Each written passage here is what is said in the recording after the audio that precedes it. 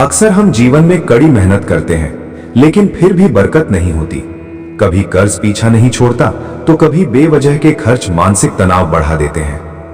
हिंदू धर्म के अनुसार ऐसे समय में श्री सूक्तम का पाठ एक सुरक्षा कवच की तरह काम करता है।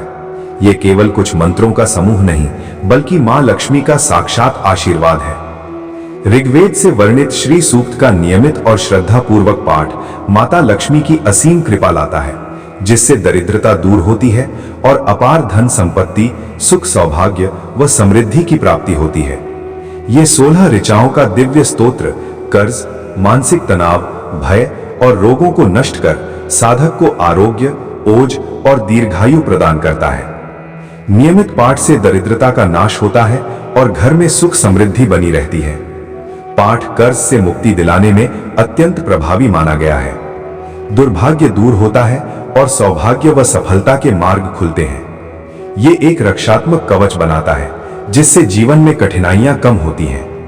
ये ओज, आयुष्य और आरोग्य प्रदान करता है, जिससे मानसिक ताप दूर होते हैं। श्री सूक्तम का 11, 16, 21 बार पाठ करना चाहिए।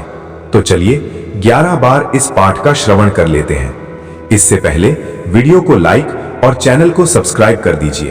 हरि ओम हिरण्यवर्णां हरिणीं सुवर्णरजतस्रजां चन्द्रां हिरण्मयीं लक्ष्मीं जातवेदो मावह तां मावह जातवेदो लक्ष्मीमनपगामिनीं यस्यां हिरण्यं विन्देयं गामश्वं पुरुषानहम् अश्वपूर्वां रथमद्यां हस्तिनाद प्रबोधिनीं श्रियं देवीमुपं वहे श्रीमादेवी जुषतां कां सोऽस्मितां हिरण्यप्राकारां आद्रां ज्वलन्तीं तृप्तां तर्पयन्तीं पद्मे स्थितां पद्मवर्णां तामिहोपवये श्रियं चन्द्रां प्रभासां यशसा ज्वलन्तीं श्रियं लोके देवजुष्टामुदारां तां पद्मिनीं शरणं प्रपद्ये अलक्ष्मीर्मे नशतां त्वां रणे आदित्यवर्णो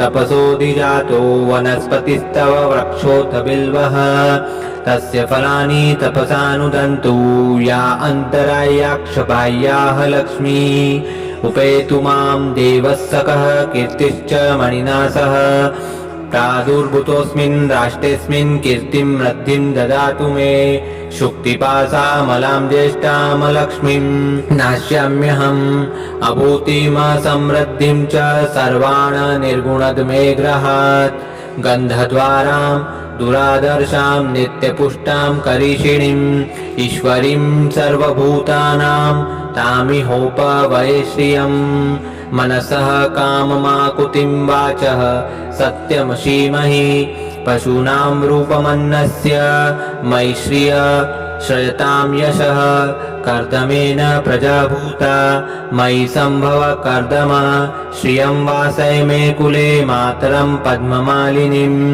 आपः सृजन्तु स्निग्धानि चिक्लितवसमे ग्रहे निच देवी मातरं श्रियं वासय मे कुले आद्रां पुष्करिणीं पुष्टिं पिङ्गलां पद्ममालिनीं चन्द्रां हिरण्मयीं लक्ष्मीं जातवेदो मावह आद्रां यः करिणीं यष्टिं सुवर्णनां हेममालिनीं सूर्यां हिरण्मयीं लक्ष्मीं जातवेदो मावह ताममावह जातवेदो लक्ष्मीमनपगामिनीं यस्यां हिरण्यं प्रभूतं गावो दास्योश्वान् विन्देयं पुरुषानहम् यः शुचिः प्रयतो भूत्वा जुह्यादाजमन्यहम् सूक्तं 15 च श्रीकां सततं जपेत्।